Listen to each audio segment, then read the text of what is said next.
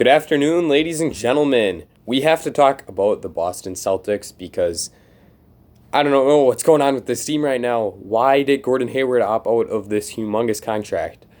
I think he must have some kind of offer from another team, some kind of tampering stuff going on here where he knows he's going to get a long-term deal that he's comfortable with financially, and he's willing to turn down this big money.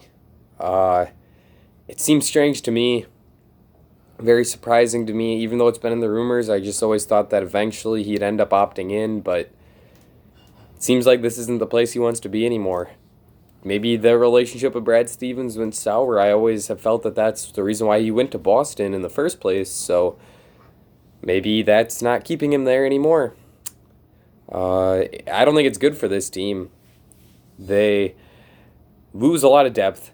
Hayward was probably their fifth or sixth best player, depending on how you view Daniel Tice. So probably their fifth best player, maybe fourth if you think he's better than Marcus Smart. I personally probably would put Gordon Hayward above Marcus Smart. So lost their fourth best player for nothing. I don't think that they can bring him back. I don't think they're going to bring him back because why the heck would he have opted out if they were going to? So yeah, this puts them in a weird position. Saw them draft Aaron Nesmith yesterday. Saw them draft Peyton Pritchard yesterday. Those are two picks I didn't love.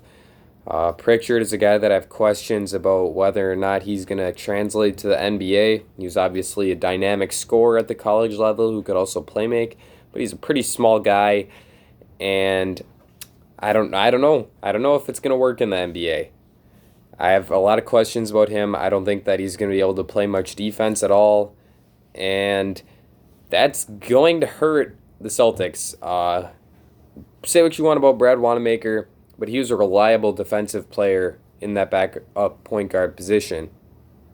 And I don't think that Pritchard can bring that same type of energy that Wanamaker did. Well, maybe he can bring the same energy, but he won't be as successful as Wanamaker was on the defensive end of the floor. So I think that it's a significant downgrade at the backup point guard on defense. I also don't know if his shot making is going to translate because he's so small.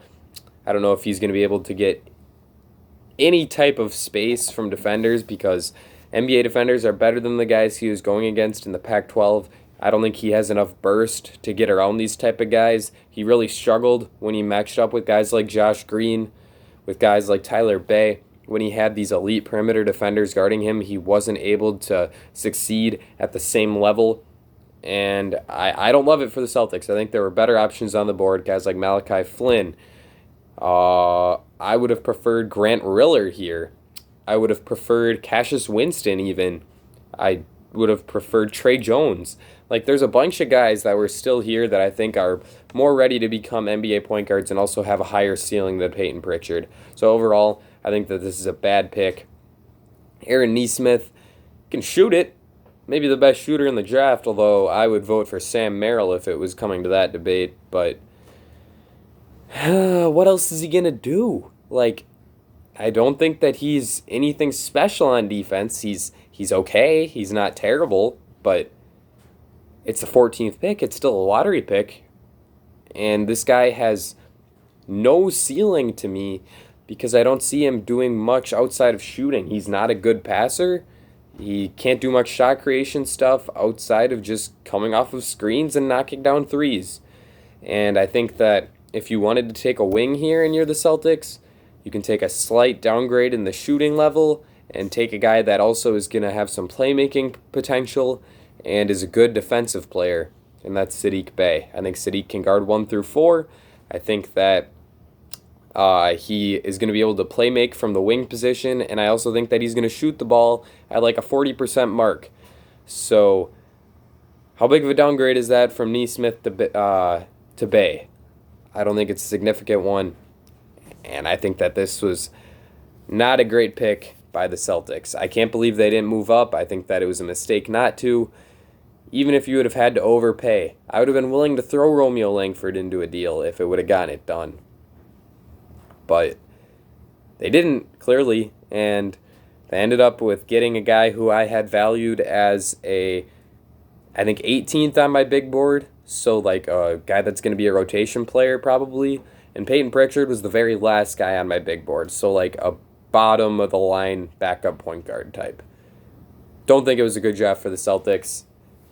I think it wasn't the worst. There were teams that did worse than they did, and I think drafting Yam Madar in the second round as a draft and stash was a good selection for them. Out of the draft and stashes, he was probably the best one outside of Bolmaro, and he was probably, I think, the fourth one off the board because they took him after the Bulls took that Gudoric guy, and after the Thunder took that dude I had never even heard of with the weird, like, Shukuls, whatever name. I don't know who he is. Apparently he has a torn ACL and can't play basketball for a year. And they took him in the draft still, so must have some kind of potential, but I think that was a good pick for the Celtics.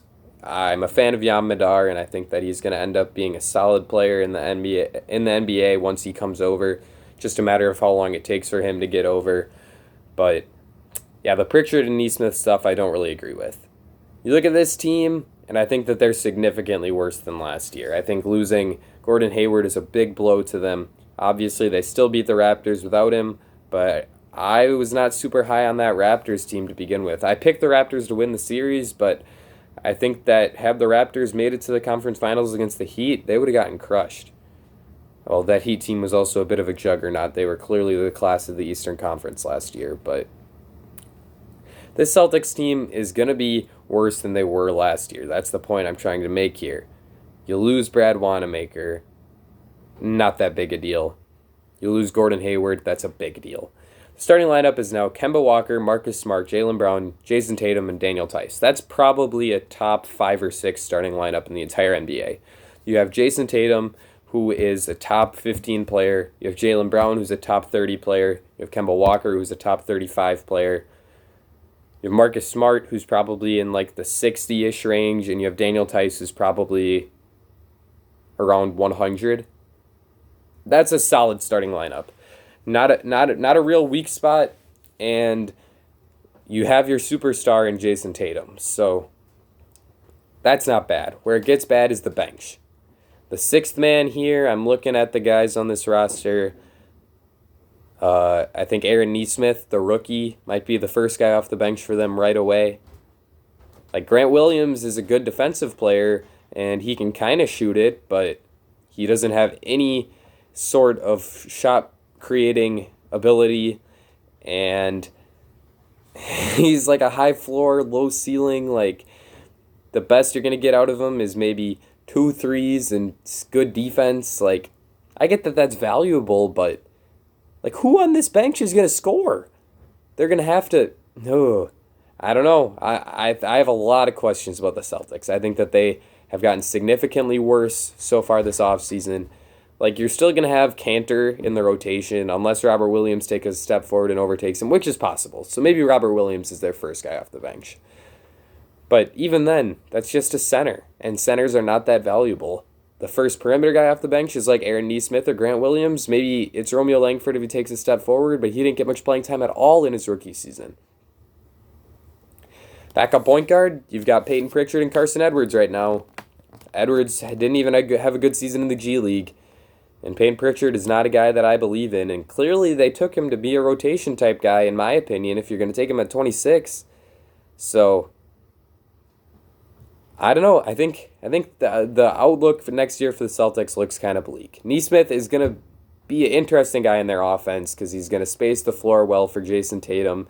I think you could run some very interesting motions off of the ball where you have someone like Kemba Walker or Marcus Smart handling it. Both of those guys are pretty competent playmakers, and then you have Jason Tatum and Aaron Nesmith running some kind of motion off the ball, setting screens for each other. That could be very interesting as both of those guys are pretty good shooters. You're adding Jaylen Brown, and the floor spacing on this team is getting pretty good. It's improving for sure. You're not going to have Semi Ojeleye and Grant Williams as your three-point shooters off the bench because those two guys are like 33% three-point shooters. They're like below league average. So Nesmith is an upgrade there. But I just don't see what else he does, and I don't see him helping them out too much in the playoffs outside of being able to knock down threes. Yeah, I don't know what else there is to say about this team.